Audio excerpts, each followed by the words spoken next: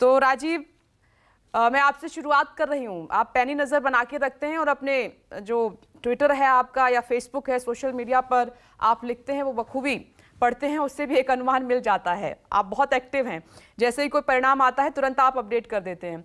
सवाल ये है राजीव, जो कल नतीजे आए हैं, एमसीडी के आए परसों, कल गुजरात और हिमाचल के नतीजे आए हैं, क्या इन नतीजों ने 2023 में जो विधानसभा चुनाव होने जा रहे हैं, 2024 में जो लोकसभा चुनाव होने जा रहे हैं, उनकी तस्वीर को क्लियर कर दिया है? और कल जो प्रधानमंत्री का संबोधन हुआ, जो उन्होंने कहा, उससे एक लाइन मिल गई है कि 24 के लिए लाइन क्या रहने वाली है, मुद्दे क्या रहने वाले हैं, उनके सामने कौन खड़ा होगा, कौन नहीं होगा?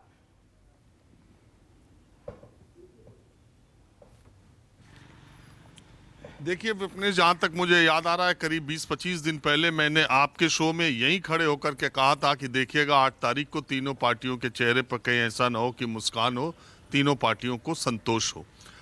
ये मुझे ऐसा लग रहा था पहले से कि यही नतीजे आएंगे, तीनों पार्टियों को एक एक जगह जीत मिलेगी और वो संभावित जीत मिली है। अगर अलग अलग तरीके से देखा जाए, देखिए 2024 का एजेंडा सेट हो गया हो या 2024 के चुनाव के लिए कोई संदेश इन चुनाव से मिल गया हो, ऐसी ऐसी ऐसी मेरी कोई मान्यता नहीं है। क्योंकि आज की तारीख में ये जो चुनाव हुए हैं वो स्थानीय स्तर पर अलग अलग मुद्दों पर हुए हैं। जब लोकसभा का चुनाव होगा, मैं आज भी कह रहा हूँ और पीछे भी कहा था, और जैसे जैसे परिस्थितियाँ आएंगी वैसे वैसे मैं वैसे वैसे मुझे जो दिखाई देता है मैं बोलता रहता हूँ। मैं आज भी कह रहा हूँ कि 2024 का जब लोकसभा का चुनाव होगा तो प्रधानमंत्री नरेंद्र मोदी के बराबर 100 किलोमीटर तक कोई दूसरा नेता किसी पार्टी का प्रधानमंत्री पद के दावेदार पर के तौर पर नहीं है। जब लोकसभा का चुनाव होगा तो आप देखिएगा, आज की तारीख में ऐसा लगता है, तो प्रधानमंत्री को चुनने का जब होगा, नरेंद्र मोदी के विकल्प को चुनने का जब सवाल उठेगा, तो अभी कोई नेता ऐसा दिखाई नहीं दे रहा है। जनता चुन दे किसी को तो अलग बात है। जनता ही ये मान ले कि ये ठान ले और ये मान ले कि प्रधानमंत्री नरेंद्र मोदी को इस बार हटा के ही रहना है, तब कोई भी आ सकता है, लेकिन कोई चेहरा पेश करके प्रधानमंत्री नरेंद्र मोदी को 2024 में टक्कर नहीं दे सकता। अब सवाल है कि देखिए, जब चुनाव हो रहा था हमने चुनाव के मुद्दों की बात की, अब चुनाव के नतीजे आ गए हैं। एमसीडी में अरविंद केजरीवाल को दिल्ली ने चुना है, झाड़ू लगी है। अगर वो अपना मेयर बना पाए, जिसकी उम्मीद है, अगर वो बना पाए तो दिल्ली के लोग ये उम्मीद करेंगे कि अगले साल जो पोल्यूशन का मामला है और जो जैसा हमने सांस ली है पिछले 1-1.5 महीने पहले, 15-20 दिन दिल्ली की सांस जैसे उखड़ी और थमी थमी सी थी, तो शायद वो चीज़ देखने को ना मिले। ये अरविंद केजरीवाल के ऊपर बड़ी जिम्मेदारी है, क्योंकि पंजाब में भी उनकी सरकार है, यहाँ भी उनकी सरकार है, एमसीडी में भी सरकार है। दूसरी बात, जिस कूड़े को मुद्दा बना करके अरविंद केजरीवाल ये चुनाव लड़े, तो एमसीडी में आने के बाद ये जो 3 पहाड़ हैं कूड़े के, इसको जितना जल्दी से जल्दी ख़त्म करें, तब जाकर के इस चुनाव में मिले मत का कोई मतलब है। बिल्कुल। इसी तरह हिमाचल में ओल्ड पेंशन स्कीम और तमाम युवाओं को रोजगार के नाम पर कांग्रेस पार्टी वहाँ महिलाओं को पैसा देने के लिए, और मैं कहता हूँ पैसा बाद में भी देना शुरू करें, लेकिन जो रोजगार का उन्होंने वायदा किया है उसको अगर वो पूरा नहीं करते हैं, क्योंकि जनता की अपेक्षा, आप देखिए बीजेपी को जो सीटें 25 मिली भी हैं, उसमें बहुत सारी सीटें भारतीय जनता पार्टी बहुत कम मार्जिन से जीती है। तो कांग्रेस के लिए एक तरह से 44 सीटें पिछली बार बीजेपी को मिली थी, 40 सीटें कांग्रेस को हिमाचल के लोगों ने दी है, इसी अपेक्षाओं पर कि जो वो चुनावी वायदे उन्होंने किए हैं वो पूरे कर दें। और अब बात आती है गुजरात की। मैं एकदम ये कहने में मुझे कोई हिचक नहीं है कि मैं पिछले 3 सालों में कम से कम 14 से ज़्यादा राज्यों में गया हूँ, और उन राज्यों में सबसे खराब सड़कें अगर कहीं की हैं तो गुजरात की हैं आज की तारीख में। आप यूपी देख लीजिए, आप राजस्थान देख लीजिए, आप मध्य प्रदेश की भी सड़कें देख लीजिए, तो उनकी तुलना में जिस तरह से औद्योगिक रूप से विकसित है गुजरात, वहाँ की सड़कें देख लीजिए। इसके अलावा वहाँ भी पेपर लीक हुए, वहाँ भी नौजवानों का जब एग्ज़ाम हो रहा है पेपर लीक हो रहा है। अभी पटवारी के एग्ज़ाम के लिए 22 लाख लोगों ने वहाँ आवेदन किया है, 3,500 पोस्ट है।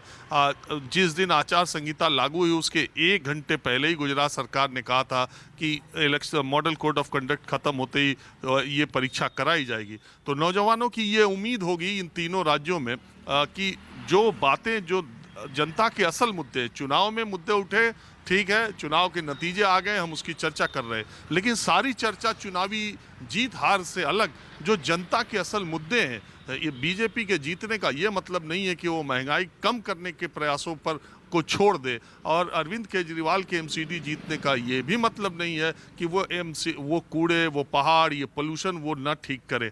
तो इसकी सजा आने वाले चुनाव में उनको मिले भी और मिल भी सकती है। इस तरह का दबाव ये पार्टियां महसूस करें तो ये ज्यादा बेहतर होगा कि राजीव, अगर आप कह रहे हैं कि जो गुजरात हैं, में इतनी सारी जिन पे चुनाव प्रॉब्लम भले है, न तो लड़े गए बीजेपी हों, को लेकिन वो मुद्दे 156 आम सीटें, जनता सारे रिकॉर्ड तोड़ दिए। माधव सिंह सोलंकी का भी रिकॉर्ड बीजेपी ने तोड़ दिया है। तो फिर ये सीटें इतनी बड़ी संख्या में मिली हैं बीजेपी को इतनी सारी प्रॉब्लम के बावजूद, तो क्या ये पीएम मोदी के फेस पर मिली हैं? क्या वजह है? मैंने आपको पहले ही कहा कि चुनाव के दौरान जो मुद्दे होते हैं वो चुनाव उस पर वोट नहीं पड़ते हैं, और सरकारों को जीत जाने के बाद भी ये नहीं सोचना चाहिए कि जो मूल मुद्दे उनको आपको एड्रेस नहीं करना, अब तो जीत मिल गई। यही मेरे कहने का मतलब था। जहाँ तक आप 156 सीटों की बात कर रही हैं गुजरात में, दरअसल वहाँ पर हमेशा से आप देखिए आम आदमी पार्टी का स्कोप सिर्फ वही है जहां 2 पार्टी सिस्टम है, और वो लंबे समय से राज करता रहा है, वहीं पर उसके लिए स्कोप है। गुजरात में कांग्रेस और बीजेपी 47-48% बीजेपी वोट पाई थी, 42-43% कांग्रेस पाई थी। 2017 में 4% का था, इस बार बीजेपी को 2% वोट ज्यादा मिल गए, लेकिन कांग्रेस पार्टी का वोट करीब 16% कम हो गया और आम आदमी पार्टी 13% पाने में कामयाब हुई। तो इस तरह का बाइफर्केशन होगा। 85 सीटें ऐसी हैं जहां आम आदमी पार्टी की वजह से कांग्रेस पार्टी को बहुत झटका सहना पड़ा है। 85 सीटों में वो 10-15 हजार वोट 10% से ज्यादा वोट पाने में कामयाब हुई। तो ये जो धमाकेदार एंट्री आम आदमी पार्टी ने ली और जो जमीन पर दिखाई दे रहा था, मैं आपके शो में कम से कम 1 दर्जन बार कह चुका था कि देखिएगा आम आदमी पार्टी राष्ट्रीय पार्टी तो बनी जाएगी। तो 10% से ज्यादा वोट जब तीसरा पक्ष ले जाता है तो निश्चित तौर पर एक पक्ष की सीटों का पक्ष जो बीजेपी तो जीत रही थी, लेकिन उसकी सीटों की संख्या में इजाफा का बहुत बड़ा कारण आम आदमी पार्टी है। चलिए, इसका कारण आप आम आदमी पार्टी को बता रहे हैं, और साथ ही 24 के लिए आपने कहा है कि अभी के लिहाज से देखें तो पीएम मोदी के आगे अभी कोई चेहरा नहीं है फाइट करने के लिए 24 के लिए दूर तक। मैं आती हूं राजीव। नमस्कार, मैं हूं मानक गुप्ता। अगर आपको हमारा ये वीडियो पसंद आया हो तो इसे लाइक और शेयर जरूर करें, और हाँ, हमें सब्सक्राइब और फॉलो करना ना भूलें ताकि आप देश और दुनिया की कोई खबर मिस ना करें। तो जुड़े रहिए हमारे साथ और देखते रहिए न्यूज़ 24।